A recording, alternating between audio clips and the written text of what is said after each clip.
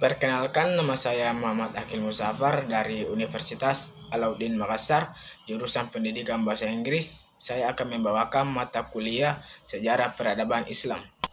Adapun materi yang saya bacakan yaitu Peradaban Islam masa Bani Abbasiyah, yang kedua Peradaban Islam di Spanyol, yang ketiga Perang Salib, yang keempat Peradaban Islam pada masa tiga kerajaan besar, yang kelima kerajaan-kerajaan Islam di Asia Tenggara, yang keenam reformisme Islam, dan yang terakhir yaitu dampak kemajuan Barat atas dunia Islam dan respon terhadap peradaban modern. Pertama-tama kita masuk di materi Peradaban Islam masa Bani Abbasiyah. Sejarah berdirinya dinasti Abbasiyah tentu tidak terlepas dari sejarah kemunduran dinasti Umayyah. Sejarah kemunduran dinasti Umayyah berawal dari menurunnya akhlak para pemimpin dinasti Bani Umayyah. Pada tahun 129 Hijriah atau 446 Masehi, mereka memproklamasikan berdirinya pemerintahan Abbasiyah. Namun Marwan menangkap pemimpinnya yang bernama Ibrahim lalu dibunuh. Setelah dibunuh, pucuk gerakan diambil oleh saudaranya yang bernama Abul Abbas Al-Saffa yang berangkat bersamanya dengan keluarga menuju Kufah. Kemudian dia dibayat sebagai khalifah di Kufah pada tahun 132 Hijriah atau 749 Masehi. Dengan kematiannya, maka pemerintahan Umayyah hancur dan awal pembentukan dinasti Abbasiyah. Revolusi Abbasiyah mengacu kepada penggulingan kekhalifahan Umayyah 661 sampai 750 Masehi. Yang kedua dari empat kekhalifahan utama dalam sejarah Islam awal oleh kekhalifahan yang ketiga kekhalifahan Abbasiyah 750 sampai 1258 Masehi. Sistem politik yang dijalankan oleh Daulah Bani Abbasiyah yang pertama yaitu para khalifah tetap dari keturunan Arab, sedang para menteri, panglima, gubernur, dan para pegawai lainnya dipilih dari keturunan Persia dan Mawali. Yang kedua yaitu kota Baghdad digunakan sebagai ibu kota negara yang menjadi pusat kegiatan politik, ekonomi sosial, dan kebudayaan. Yang ketiga yaitu ilmu pengetahuan dipandang sebagai suatu yang sangat penting dan mulia. Yang keempat yaitu kebebasan berpikir sebagai HAM diakui. Para menteri turunan Persia diberi kekuasaan penuh untuk menjalankan tugasnya dalam pemerintahan. Materi selanjutnya yaitu Peradaban Islam di Spanyol. Dinamika politik umat Islam di Spanyol setidaknya ditandai dengan tiga fase, yaitu yang pertama penaklukan Spanyol di bawah komando Tariq bin Ziyad, yang kedua konsolidasi kekuasaan Islam di Spanyol menjadi dinasti Umayyah yang berawal dari Abdurrahman I. Yang ketiga yaitu persaingan dan perebutan kekuasaan antara kerajaan kecil sampai runtuhnya kekuasaan umat Islam di Spanyol. Catatan-catatan sejarah menunjukkan bahwa saat proses penaklukan di Spanyol, terdapat tiga pahlawan Islam yang dapat dikatakan paling berjasa memimpin satuan pasukan-pasukan ke sana. Mereka adalah Tariq bin Malik, Tariq bin Ziyad, dan Musa bin Nusair. Masyarakat Muslim Spanyol merupakan masyarakat multietnik yang terbangun dari beberapa komponen masyarakat, antara lain terdiri dari komunitas Arab baik dari utara maupun selatan. Al-Muwaladun yaitu orang-orang Spanyol yang masuk Islam. Suku Barbar, umat Islam dari Afrika Utara. Al-Sakala, Yahudi, Kristen, Muzarid, dan Kristen yang menentang keberadaan Islam. Materi selanjutnya yaitu Perang Salib. Perang Salib adalah serangkaian perang agama yang terjadi selama hampir 2 abad sebagai reaksi Kristen Eropa terhadap Islam di Asia. Perang ini terjadi karena kota-kota dan tempat suci kaum Kristen diduduki Islam seperti di Suriah, Asia Kecil, Spanyol, dan Sicilia, terutama kota suci Baitul Maqdis, Yerusalem.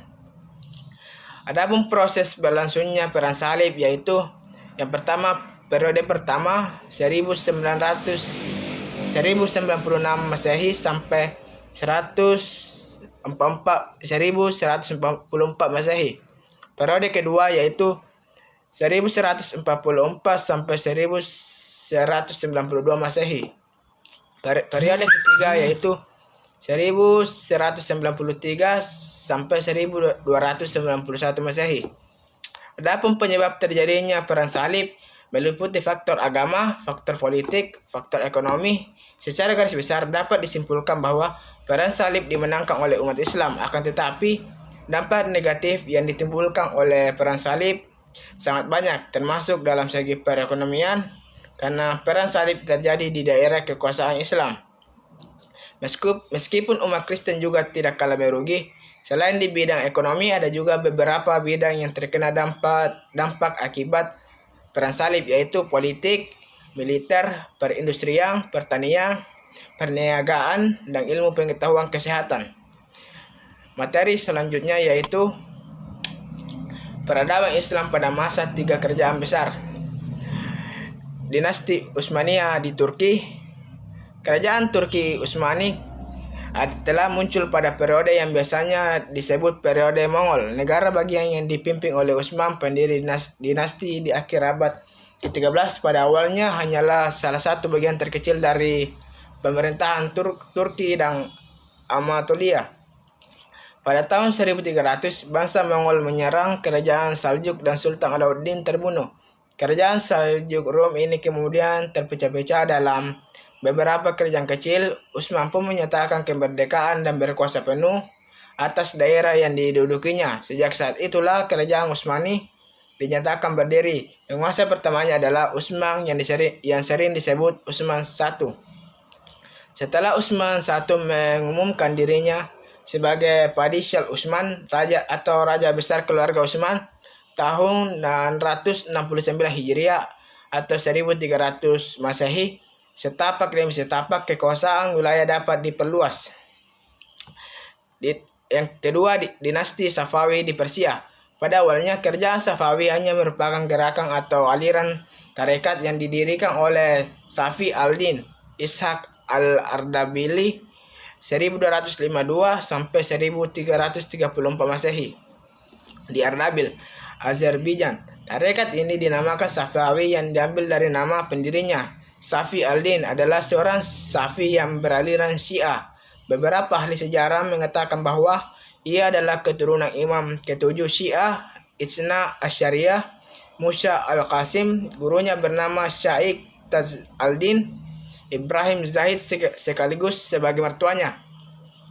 Setelah Safi al-Din wafat, ia digantikan oleh putranya Sadi al-Din 1334 sampai 1399 Masehi. Lalu Khawaja Ali 1399 sampai 1427 Masehi. Lalu Ibrahim 1427 sampai 1444 Masehi. Yang ketiga yaitu dinasti Mughal di India. Latar belakang sejarahnya dapat dilihat setelah rapuhnya Kesultanan Delhi 1992 sampai 1525 Masehi. Tepatnya pada periode Khalid dan Tughlaq, kemudian dilanjutkan oleh keluarga Syed 1414 Masehi serta keluarga Lodi 1451 sampai 1512 Masehi. Adapun tokoh-tokoh sentral kerajaan dari berbagai daerah yang ada di India yaitu Fakhruddin Mubarak di Bengal, Syamsuddin Shah Mirza di Swati di Kashmir, Zafar Khan Muzaffar di Gujarat, Malik Safar di Jafawur, Dilawar Khan Hussein Guri di Malwa, dan yang terakhir adalah Ibrahim Lodi sebagai pewaris Kesultanan Delhi. Materi selanjutnya yaitu kerajaan-kerajaan Islam di Asia Tenggara. Yang pertama, Kerajaan Samudra Pasai. Kerajaan Samudra Pasai adalah kerajaan Islam pertama di Indonesia. Letak Samudra Pasai di pantai timur Pulau Sumatera bagian utara, berdekatan dengan jalur perdagangan internasional waktu itu yaitu Selat Malaka. Yang kedua yaitu Kerajaan Pagaruyung. Kerajaan Pagaruyung adalah sebuah kerajaan Melayu yang pernah berdiri meliputi Provinsi Sumatera Barat, sekarang dan daerah-daerah di sekitarnya. Nama kerajaan ini dirujuk dari tambo yang ada pada masyarakat Minangkabau, yaitu nama sebuah negeri yang bernama Pagaruyung. Yang ketiga yaitu Kerajaan Malaka. Pembentukan Kerajaan Malaka disinyali ada kaitannya dengan perang saudara di Majapahit. Setelah Hayam Wuruk 1360 sampai 89 Masehi meninggal dunia. Sewaktu perang saudara tersebut, para Meswara putra Raja Sriwijaya Palembang turut terlibat karena ia menikah dengan salah seorang putri Majapahit. Para Meswara dan pengikutnya mengundurkan diri keluar dan akhirnya sampai di Malaka lalu membuka sebuah kerajaan baru di sana pada tahun 1402 Masehi. Yang keempat yaitu Kerajaan Aceh Darussalam. Kerajaan Aceh berdiri pada abad 15 di atas pimpinan Kerajaan Lamuri oleh Muzaffar Shah 1465 sampai 1497 Masehi. Dialah yang membangun kota Aceh Darussalam. Kerajaan Islam di Jawa, Kerajaan Demak. Demak adalah kesultanan atau kerajaan Islam pertama di Pulau Jawa. Kerajaan ini didirikan oleh Raden Patah 1478 sampai 1518 pada tahun 478. Demak sebelumnya merupakan daerah bawahan dari Majapahit. Adapun kerajaan-kerajaan lainnya yaitu Kerajaan Banteng, Kerajaan Mataram Islam, Kerajaan Pajang, Kerajaan Cirebon, Kerajaan Kutai, Kerajaan Kertanegara, Kerajaan Banjar, Kerajaan Makassar, Kerajaan Ternate, Kerajaan Tidore, dan berdasarkan bukti sejarah terdapat sejumlah kerajaan-kerajaan Islam di Papua yaitu Kerajaan Waigeo, Kerajaan Misol, Kerajaan Salawati, Kerajaan Seilolof, Kerajaan Fatagar, Kerajaan Rumbati, terdiri dari Kerajaan Ati-Ati, Sekat, Patipi, Arguni, dan Wertuar. Kerajaan Kauai, Namatota, Kerajaan Ayuduma, Kerajaan Kaimana. Materi selanjutnya yaitu Reformisme Islam. Reformisme Islam adalah merubah pemahaman agama umat Islam yang menyimpan dari Al-Quran dan Sunnah. Istilah lain dari reformisme Islam adalah upaya-upaya untuk menyesuaikan paham keagamaan Islam dengan perkembangan baru yang ditimbulkan kemajuan ilmu, pengetahuan, dan teknologi modern. Pembaruan dalam Islam mempunyai latar belakang atau sebab muncul berbeda dalam sejarah. Dalam Islam garis besarnya, sejarah Islam dapat dibagi ke dalam 3 periode. Adapun 3 periode itu yaitu yang pertama periode klasik 650 sampai 1250 Masehi. Yang kedua yaitu periode pertengahan 1250 sampai 1800 Masehi. Yang ketiga yaitu periode modern 1800 sampai sekarang. Adapun tokoh-tokoh gerakan reformisme, yang pertama yaitu Ahmad Sirhindi 1565 sampai 1624 Masehi. Yang kedua yaitu Syekh Wailullah 1703 sampai 1762 Masehi. Yang ketiga yaitu gerakan Wahabi. Materi selanjutnya yaitu dampak kemajuan Barat atas dunia Islam dan respon Islam terhadap peradaban Barat modern. Pada masa Renaissance, Eropa meneliti jalan untuk menuju kemajuan. Mereka mengalami masa kebangkitan. Berbagai keberhasilan dicapai oleh mereka. Christopher Columbus menemukan benua Amerika pada tahun 1492. Sedangkan Vasco da Gama menemukan Tanjung Harapan pada tahun 1498 Masehi. Pada waktu itu, bangsa Eropa menghadapi sebuah kekuatan yang dipandang masih kuat. Kekuatan itu adalah Kerajaan Turki Utsmani. Adapun penemuan yang menjadikan bangsa-bangsa Eropa melampaui umat Islam adalah sebagai berikut. Yang pertama, bangsa-bangsa Barat berhasil menciptakan mesin uap. Yang kedua, bangsa-bangsa Barat memang mampu menciptakan teknologi perkapalan. Dan yang ketiga, teknologi senjata militer. John L. Esposito menerangkan terdapat 3 macam respon umat Islam terhadap pengaruh peradaban modern yang berasal dari Barat, yaitu menolak atau menarik diri, sekularisme dan westernisasi, serta modernisme. Menurut John Albert Fall bahwa ada 3 kerangka besar. Pertama, terpusat di sekitar usaha kaum westernis adapsionis. Yang kedua, dimulai dengan bentuk reaksi militer abad ke-18 terhadap ekspansi Eropa, dan kemudian setelah menerima kekalahan melakukan usaha-usaha reorientasi.